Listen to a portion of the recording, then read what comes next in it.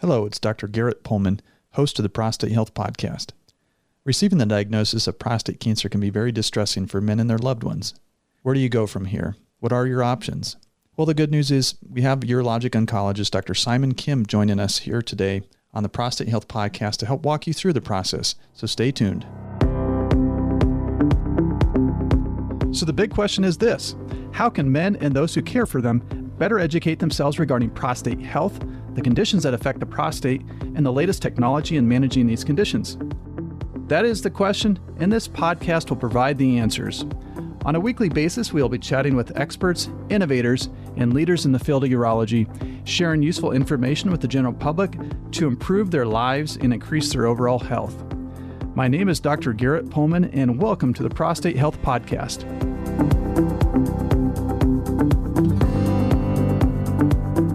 Prostate Health Podcast is for informational purposes only. Nothing in this podcast should be construed as medical advice. By listening to the podcast, no physician-patient relationship has been formed.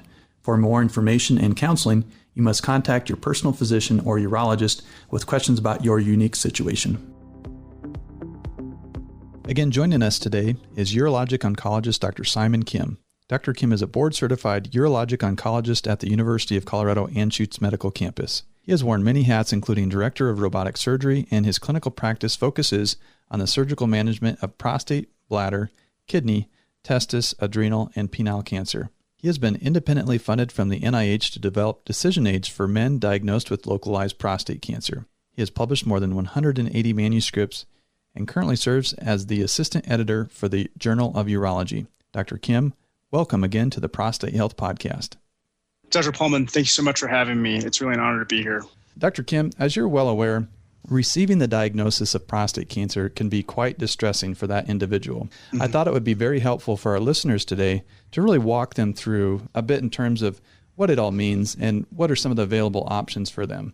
But before we get into that, can you tell our listeners what it means to be a urologic oncologist? Now, how is that different from a general urologist, and what is involved with becoming a urologic oncologist? Thanks so much, Dr. Pohlman. That's a great question. Urologic oncology, typically we're fellowship trained and we do fellowships. And my practice is pretty dedicated to the management of GU cancers, prostate, kidney, bladder, and testicular cancer. That said, though, I would say that for prostate cancer, a lot of general urologists do that well as in practice. And I think it's just really critical finding a surgeon who manages that disease process and does it in a high volume manner. So I think that's a key important factor.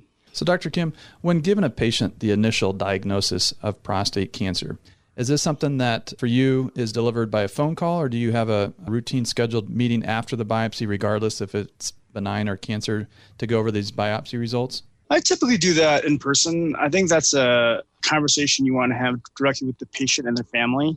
I think receiving a cancer diagnosis can be somewhat challenging and difficult news to take. So more often than not, I'll do that in person and ask actually the patient to bring his family members to the conversation and the visit.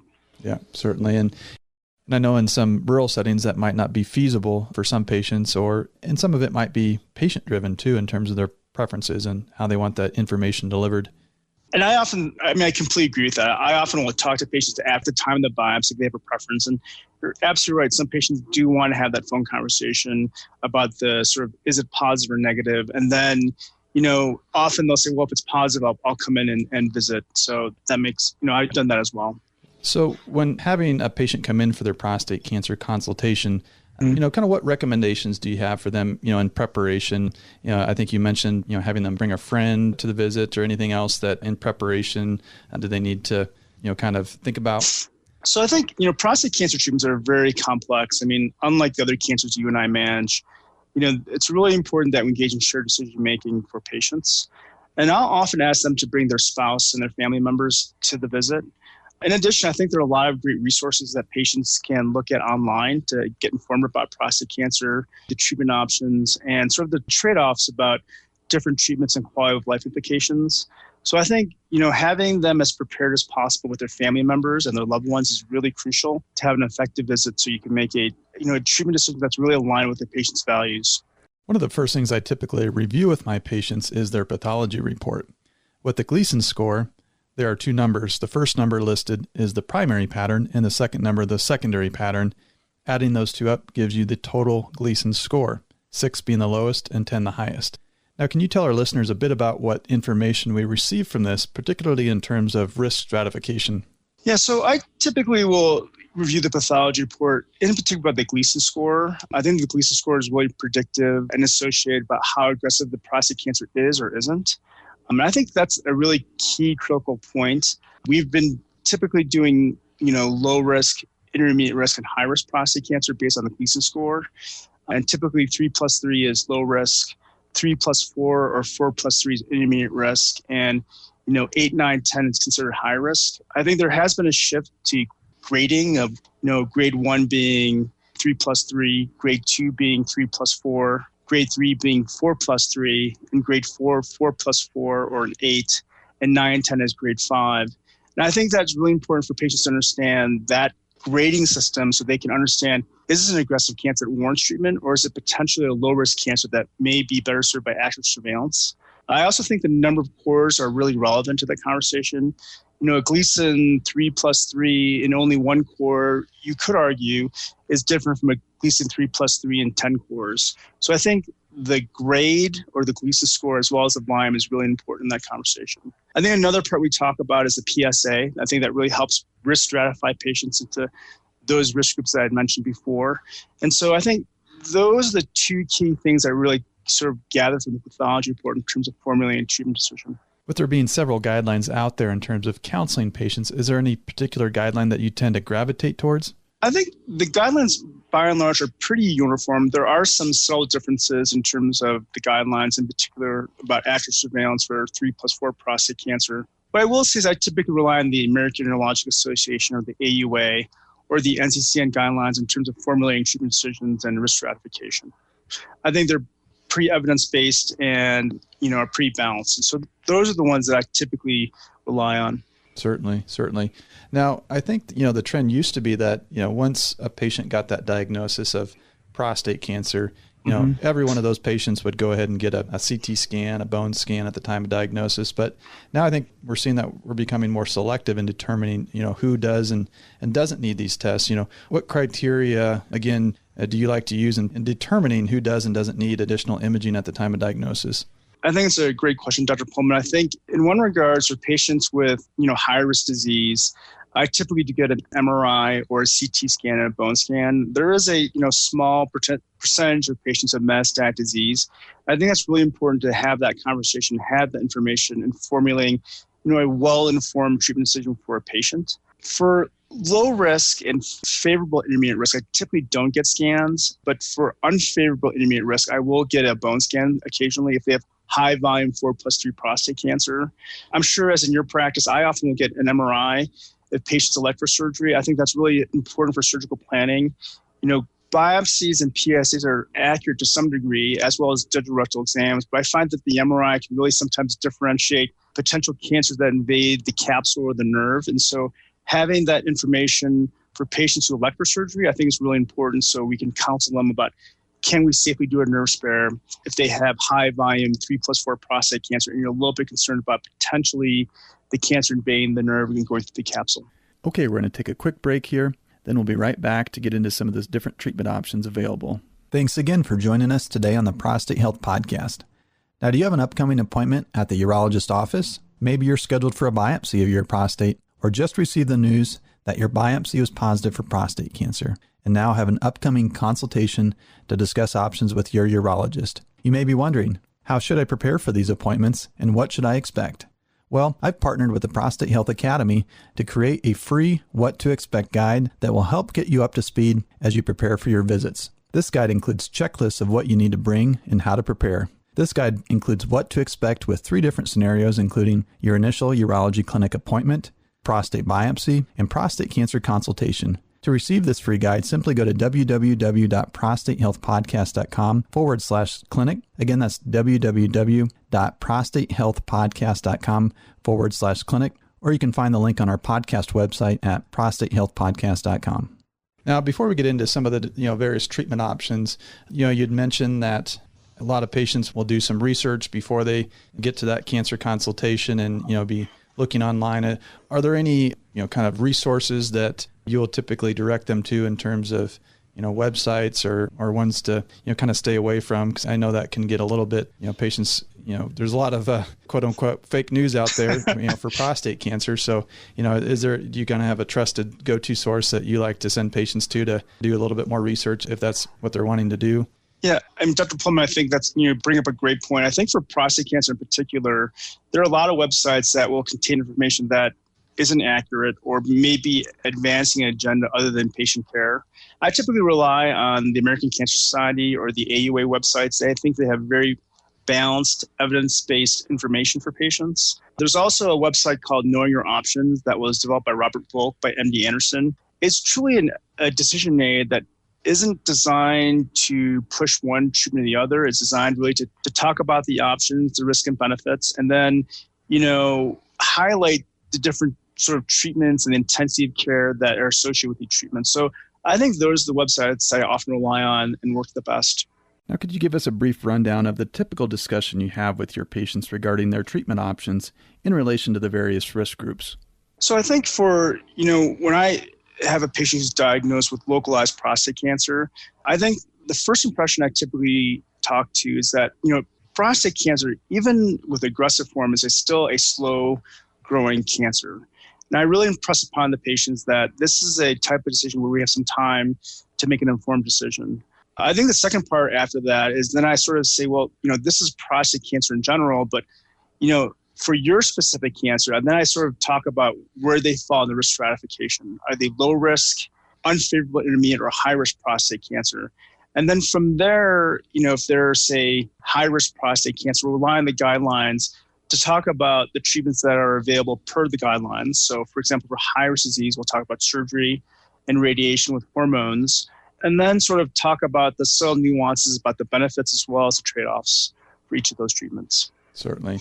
So what are some of the big, the big risks that guys are concerned about? Or, I know both you and I know that, but just for our listeners, what are some of the biggest ones that come to mind in terms of when we're talking radiation, surgery, and that, may affect these men when they go through treatment? So, yeah, I think Dr. Pohlman, you and I both had a lot of these conversations with our patients. And I think it's a balance of, I have a cancer and, what is my outcome? Will I survive this cancer? I think those are very important questions to address. Then I think, unlike other cancers you and I treat, prostate cancer treatment is a little bit different because there are quality of life implications like erectile function, urinary control, maybe some rectal toxicity from radiation therapy that are really important to address.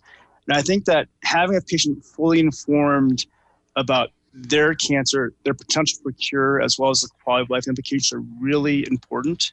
Because I think, treatment regret can be very difficult if they decide a treatment that they're not fully informed on or understand about the quality of life implications. So that's sort of the third part of that conversation is like, here are the treatment options, here are the benefits and here are the side effects. And then, from what we've described, which is sort of best for you, I think is really the way I kind of frame my conversation. So there really isn't no, one treatment fits all is what you're saying. And, we kind of look at, it's kind of that looking at that patient's preferences and, along with the risks and benefits and, what might be good for one patient, another patient might feel that they're a better fit for another treatment option. Would you kind of agree with that? Yeah, I would completely agree with that. And I think, Dr. Pohlman, you probably have often patients who say, well, what would you do? What is the best treatment? And I often will tell patients, I think the best treatment for you is what you think is best. Yeah. After we reviewed the treatments, the potential benefits and side effects, and then you feel fully informed, if you pick between the things we've talked about that are supported by the evidence, I think that's really an effective way for men to make decisions about prostate cancer therapy. And I guess, nobody wants prostate cancer, but that is one thing that, I think with some cancers, it's almost like you're kind of on the clock, so to speak, from the time of diagnosis where, I think with prostate cancer, especially in those kind of low to intermediate risk for sure, these patients definitely have some time to really kind of, look at the options and along with all the risks and, to get, talk to various specialists, regarding different options. So, like I said, there's nothing nice about having prostate cancer, but they do have a little time to kind of really sort out what's going to be best for them. Sure. Yeah. Now, does your institution have a, some sort of a multidisciplinary prostate cancer clinic or options for patients to meet with multiple specialists, or do you kind of facilitate those referrals, to go see a radiation oncologist and so forth? So we're actually just initiating our multidisciplinary clinic for all GU cancers, including prostate cancer. I think, one potential benefit for patients is that they can come to this multidisciplinary clinic and, see the surgeon, the radiation oncologist, and the medical oncologist need be in one setting. Alternatively, however, though, we just started this process maybe about 2 months ago. Prior to this, patients would come see us with diagnoses of prostate cancers, or for men we biopsied. And we would have, I think, a very balanced conversation about the risk and benefits. And then really, offer patients a radiation oncology referral if they would like one. Some patients want to do that. Some patients don't. I think you and I both probably give very fair and balanced conversations about the treatment options and the trade-offs.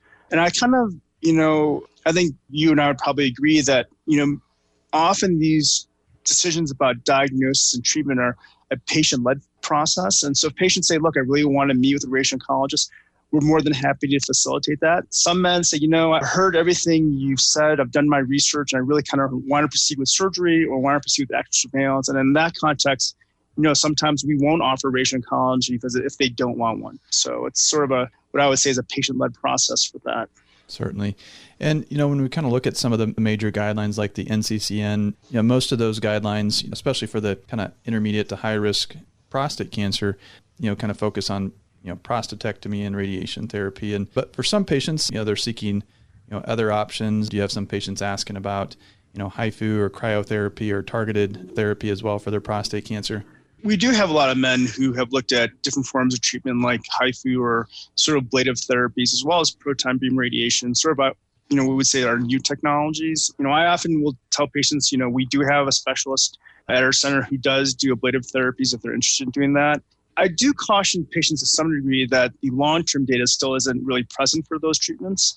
And, down the road, 5 years from now, if there's studies show that, those local therapies work really well, I think I'd be, much more supportive in that in the context of high quality evidence showing long-term benefit. But I think for certain cancers like maybe low-risk disease, if they want to meet someone who is interested in cryotherapy or HIFU, I'm more than happy to facilitate that. Certainly. So a little bit off the topic, but Dr. Kim, now I understand you are awarded a Conquer Cancer Foundation grant. Can you tell us a little bit more about the Conquer Cancer Foundation? This sounds very interesting. Yeah, thanks so much, Dr. Pohlman. So I was very fortunate to be mentored by Dr. Carrie Gross at Yale when I was on faculty, and I received a Career Development Award from the Conquer Cancer Foundation, as well as ASCO, the American Society of Clinical Oncology. It was a 3-year Career Development Award really aimed at asking 2 questions. One was, I think we tended to overtreat some low-risk prostate cancers, and we didn't have really great data about, for younger men, what were the rates of active surveillance for low-risk disease? And then the second part of that question was, well, what are the barriers for men who had low-risk prostate cancer who probably or could be managed by active surveillance but received either surgery or radiation? And so that was really the goal of that grant. So I was very fortunate to receive it, and we published some really interesting results. But that was sort of the 2 questions we really wanted to drive at and get an answer to. Yeah, well, that's outstanding. Congratulations. Thank you. I appreciate it. So, Dr. Kim, certainly a lot to think about for these patients as they're coming into their urologist to talk about all these different options. And we'll be getting into some of these different options, including, active surveillance, the different types of surgery, radiation therapy, even, targeted therapy. Any parting words of advice to our listeners out there in regards to, just being newly diagnosed with prostate cancer? So I think what I would say for men who are diagnosed with localized prostate cancer is that, you're going to likely have a very good outcome. I think the key thing is to be fully informed about the treatment decision, understand all the treatment options available to you, as well as the risk and benefits. And then I think, it's really important that for our patients that, they're very thoughtful and, really choose a treatment that reflects their values and their preferences and their goals. And their goals in life is more specifically. So, I think when patients do that, I think, that's a really good outcome. I think the difficult outcomes are when patients don't feel fully informed and there's a quality of life implication or don't understand the aggressiveness of their cancer and there's a different outcome that they're not aware of, where I think it can be very challenging for those patients. So in summary, receiving the diagnosis of prostate cancer can be really quite distressing for an individual. Certainly nobody wants to be a part of this club. But with working closely with your urologist, you can gain the necessary details to begin determining which option will be best suited for you. Dr. Kim, We really appreciate you taking time to join us today on the Prostate Health Podcast. I think you've really given our listeners a lot of value today that can be used to help empower them regarding their prostate health. Thank you again. Dr. Pohlman, thank you so much for having me. It was really an honor and a pleasure. Thank you again for listening to the Prostate Health Podcast. Follow me on Twitter and Instagram at gpohlmanmd. Don't forget to join us next week for another episode.